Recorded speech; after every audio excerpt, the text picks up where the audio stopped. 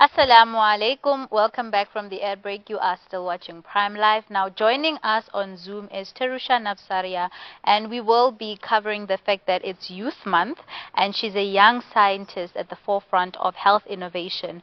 Now, she's a research clinician at SAMRC and a young scientist making waves in the field of healthcare innovation. In honor of Youth Month, she will share her insights on the impact young scientists can have on shaping the future of health, as well as her own experience and perspectives on, developing cutting-edge solutions for pressing health issues. Thank you so much for joining us on Prime Live, and welcome.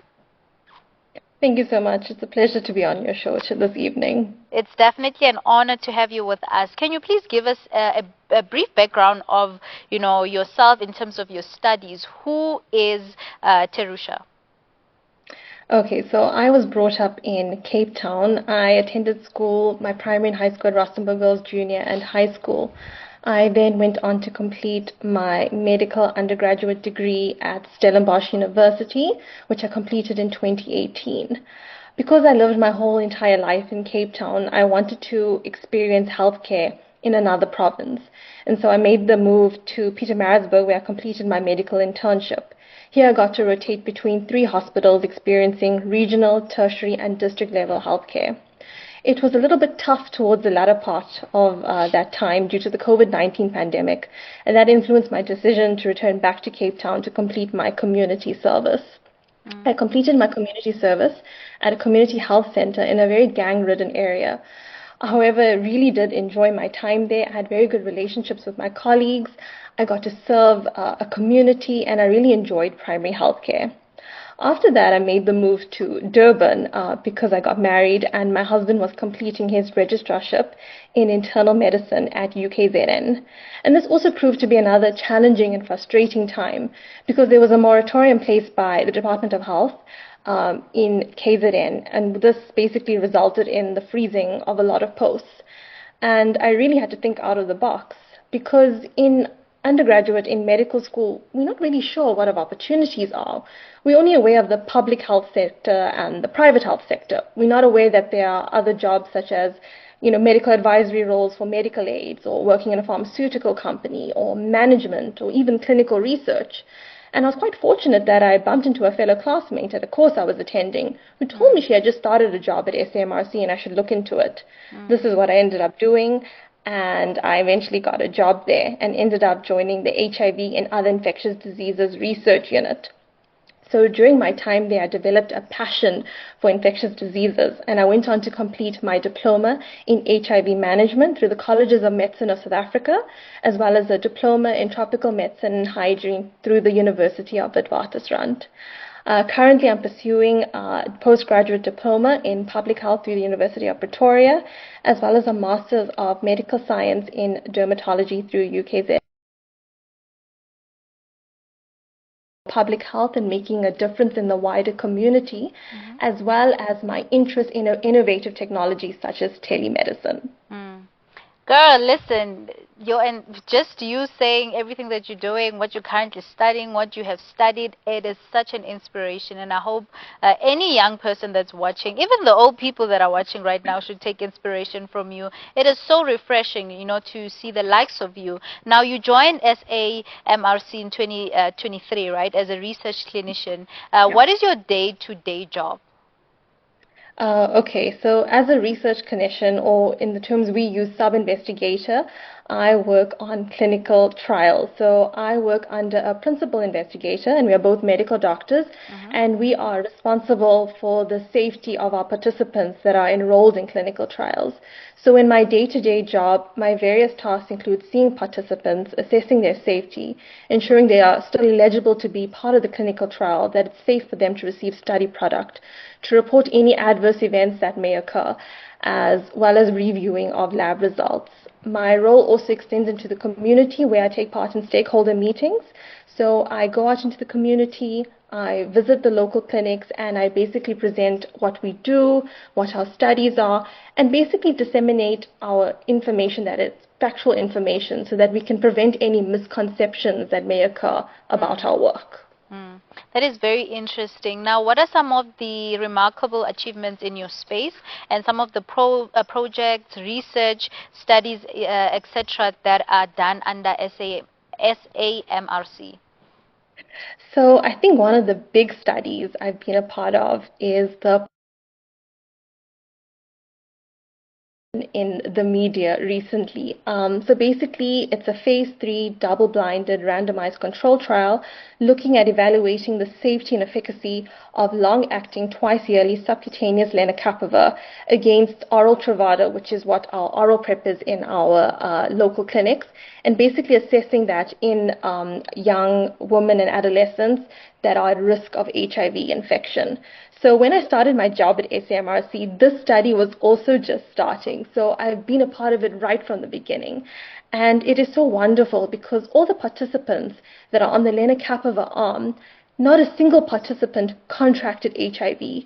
I mean, this is incredibly groundbreaking. So because when the interim analysis was done for the study, the data was so overwhelmingly good that they actually decided to unblind the participants and give them the option to choose open label lenacapavir.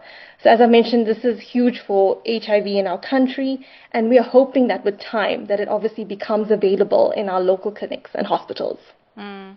No, definitely that should be the case. But like in terms of what you do, science and research, what do you think is the role of science or young people, or how can young people actually grow in the field of, science and research? So I think, especially for me, what made my interest in research develop is I always enjoyed research and performing experiments as a child. And I remember attending the science expo and representing my high school. After med school, I also myself knew that at some point I would be involved in research, whether it's pursuing a master's or a PhD, but definitely not the extent to which I am involved today, with it forming part of my daily job. So definitely once I got familiar with how a research organization works and what it has to offer, I really started enjoying it. And I love learning new things and being able to be a part of a successful clinical trial that changes the way people with HIV and TB live is just remarkable. So science in general is a very important side. Those that have an affinity for it should be encouraged to take it further. Science is so important. It encourages us to help increase our knowledge. It helps us to make informed decisions. It helps us to design innovative technology. Without science, our country really wouldn't progress. It influences our decision making and helps us put us on the map so that we can develop good relations with other countries. And this can obviously help boost the economy. Hmm.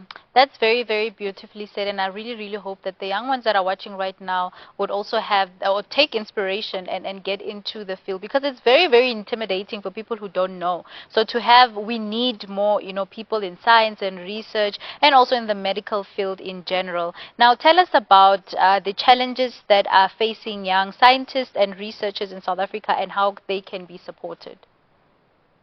So right now, I think our research industry is at a very critical and unstable point right now with the removal of US funding. Many clinical trials are being paused or stopped completely, and retrenchments of staff members are occurring. So it is a very, very sad time for us, but I also feel it is a wake-up call that we need to stop focusing on external funding, stop being dependent on external funding, and we actually have to start generating our own locally. There are various means to do it: philanthropy, forming partnerships with private stakeholders, crowdfunding. So these are the means that we need to obviously start looking forward to. But it is also important to note that even if we develop the latest technology and, fancy vaccines that work, if we do not address the social determinants of health, we won't get very far with research. And I just want to paint you a little bit of a picture. Imagine 70-year-old Gogo who's in the rural area, and Gogo is 6 months late for her appointment at the local clinic that is 50 kilometers away. Gogo's known with high blood pressure and diabetes. And eventually she makes her way to the local clinic 6 months later. And there at the clinic is a community service doctor who's been placed there against his will, out of province, he's not aware of the local language. It can be a very frustrating consultation, especially if her blood pressure and sugars are up. And eventually he writes some medications and carries on because he's got 40 other patients to see. But are we really addressing the problem? So that's why we need to address what we call the social determinants of health. Why was Gogo late? Gogo didn't have money for transport to get to the clinic. Why didn't Gogo take her medication? Because she's illiterate and she cannot read the instructions. She remembers something the doctor said about food, but she's not entirely sure why and what. And maybe she thinks she needs to take her food with medication, take medication with food. And if she doesn't have money for food, how is she going to take it? So when we address what we call these social determinants of health, poverty, nutritional status, education, only then will we be able to make real waves in research.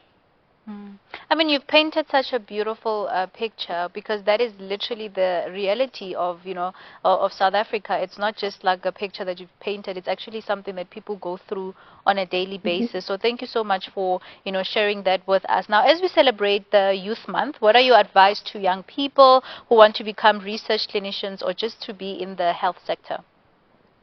So my advice is to study very hard from school, but also be balanced. And I think I really have to credit my parents for that, for making sure that I was a balanced child and that I took part in a lot of extracurriculars as in conjunction with performing well academically. And this will ensure that you have a broader view of the world. It's very important to be able to go into a room and talk to anyone about anything, not just yourself and your work, because you need to relate yourself and your work to the world, and the world needs to be able to relate that back to you. So health is a very broad discipline. To be a research clinician, one has to obviously complete their undergraduate medical degree, their MBCHB, and then they need to complete their medical internship and community service. After that, you attain your independent practitioner status, and then you can obviously approach research organizations to look at clinical research posts. 5 to 10 years ago, these posts were not as competitive as they are now. When I joined SMRC, I was post-community service. I had no research background, and they really trained me to be what I am today, developing the set of skills, sponsoring and paying for multiple courses and certificates that I need in order to do my job. These days, it's quite competitive. So I would say if you can get your GCP, your good clinical practice certificate, this will already give you a head start, because not only do you need this to perform clinical trials, but even just your own research, and it might just put you ahead of the next candidate. Also shadowing and approaching those in research organizations, your GP down the road, your local clinic, your hospital. Get an idea of what the different roles in health are and see then what suits you. Once again, I just would like to thank SMRC for everything that they have done for me, including taking the time to train me to develop this niche set of skills that has obviously allowed me to progress this far. I mean, Terusha, this has been a wonderful interview that I just had with you, and thank you so much for just sharing, your journey, how you got into the industry, but also just showing. I mean, speaking to you was definitely refreshing, because you could tell the passion that's coming out of there. It's just not about a job. You can tell that you're very passionate, and I really hope that if there's anybody watching right now, have taken up some lessons, or have taken some sort of inspiration from just this little conversation that we just had with you. But thank you so much for joining us on Prime Life and for giving us your time.